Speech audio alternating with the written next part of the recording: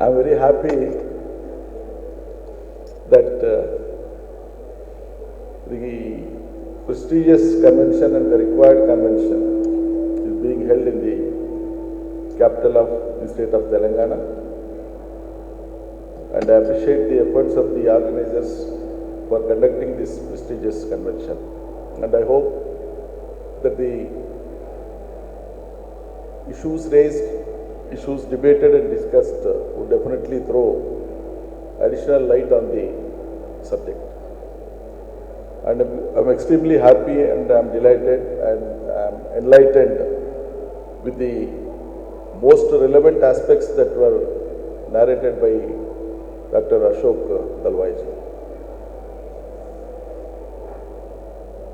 We all know that agriculture is a pivotal role-playing factor in this country.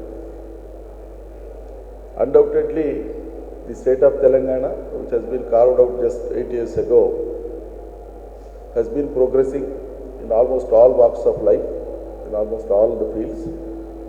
And for the state of Telangana, agriculture is the top priority.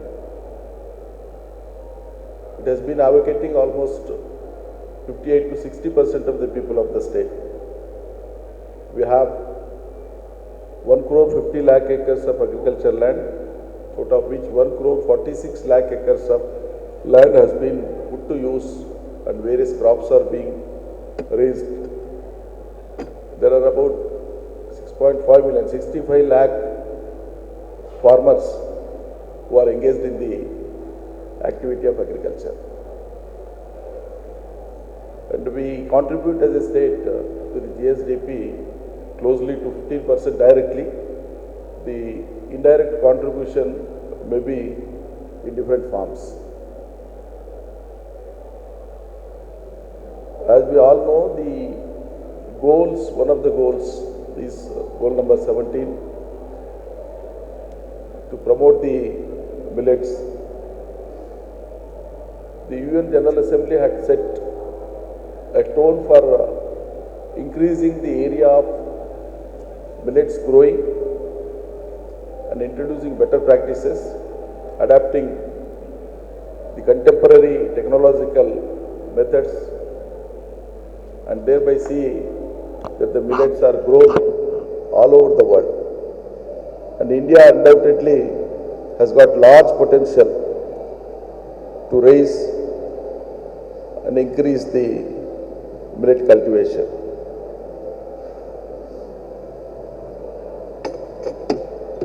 I think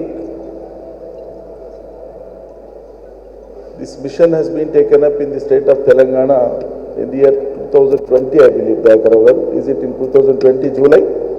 I think 2020 July, this mission has been adopted and taken up by the Indian Institute of Millet Research based at Hyderabad under the leadership of our principal scientist Dayakaragar. I have also visited, happened to see that also along with some farmers. I visited earlier.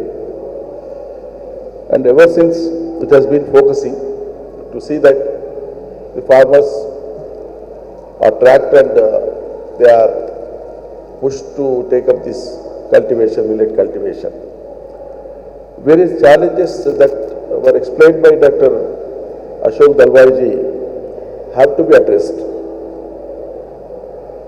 The challenges such as the marketability, the remuneration to the farmers,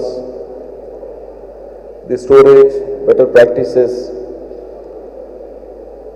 If they are incentivized on this, see, the diversification of farmer will happen only when there is an incentive that is offered to the farmer. There, without being any incentive, they would not immediately be attracted to the diversified crops. Therefore, in order to become a world leader in the millets, Indian government of India has to think in the lines that some sort of incentives have to be initially promoted. Then the marketability of the marketing chain is privately ensured, there being without any MSP from Government of India, then it will sustain.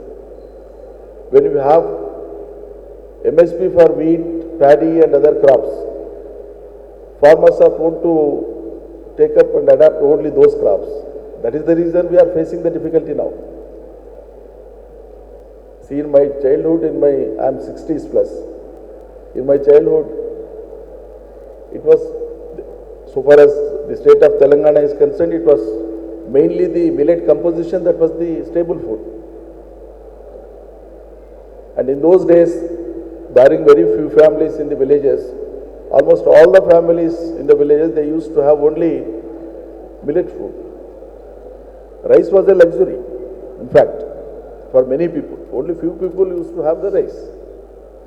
And now that we have reached a stage where Government of India and respective states together under public distribution system, we are now providing rice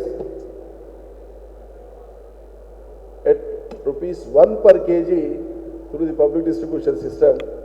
And when there is abundance of rice production all over the country, this is the method that we have adapted to dispose it off by public distribution system at a lower price. Now, I would like to impress upon the officers who are here from Government of India that think over if we can also make millets as part of the public distribution system so that initially farmers will have some marketable guarantee. That's one of the initiatives we can take up. That's my suggestion. As far as the state of Telangana is concerned, we have already identified 36 mandals in the state, which covers 6 districts of Telangana. Of course, as of now our area of millets is not that high.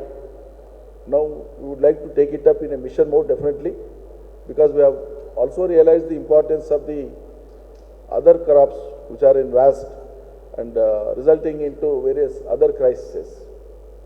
Therefore, some sort of solutions have to be arrived at, and millets would be a better replacement for the other crops.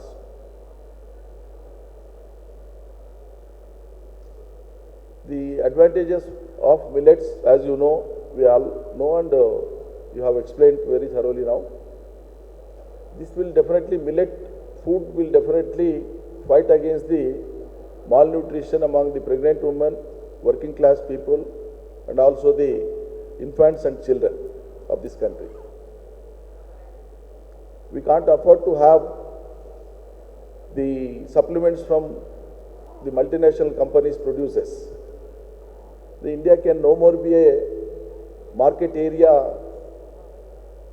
for vitamins deficiency supplements, for B-complex deficiency supplements and other supplements from multinational companies. When you have rich resources of producing millets, and millets alone can be the best substitute for anything, why should we prefer all those things? So millets alone can be the best food, the healthy food, the rich food, and that gives the longevity of life also. I'll tell you one thing. My mother used to eat only millets, and her food comprises only little portion of rice, very little portion of rice in the afternoon, very little portion. That is only for mixing curd, that's all.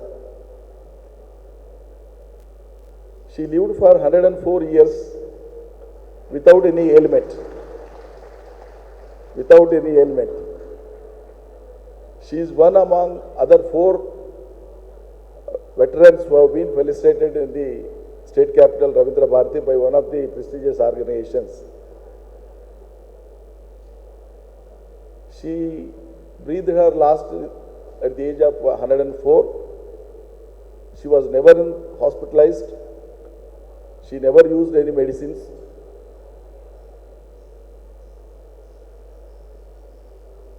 And at the age of 50, because our generation food habits have changed. So by the time we grew up, already rice became the staple food in the state. Therefore, when we started eating rice and rice alone, only occasionally we used to eat cereal food. Therefore, all of us, we became prone to diabetes. If not me alone, many of us. Therefore, why to purchase diabetes, why to purchase diseases, why to purchase ill health? So, the best solution would be millets alone, and the food habits gradually will be changing and will be changing in future also, and ultimately food will remain same.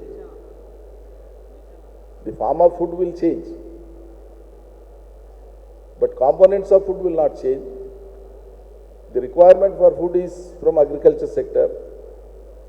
The items that have to come up only from the soil.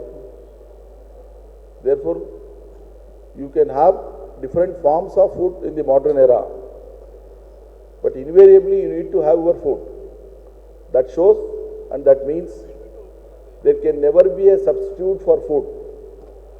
Not only for human beings, as you said, for any creatures on the surface of earth or in the seas, overseas.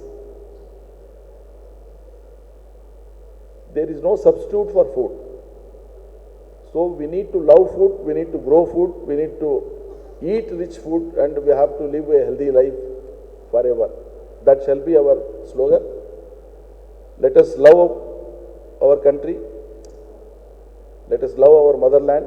Let us love our land of agriculture. Let us love our mother. Let us love our food. And people who are committed to love their food, their mother, their motherland, their agriculture, I request all of you to clap for 1 minute. Got it? And let us make this, continue your claps for 1 minute. It's not even 20 seconds.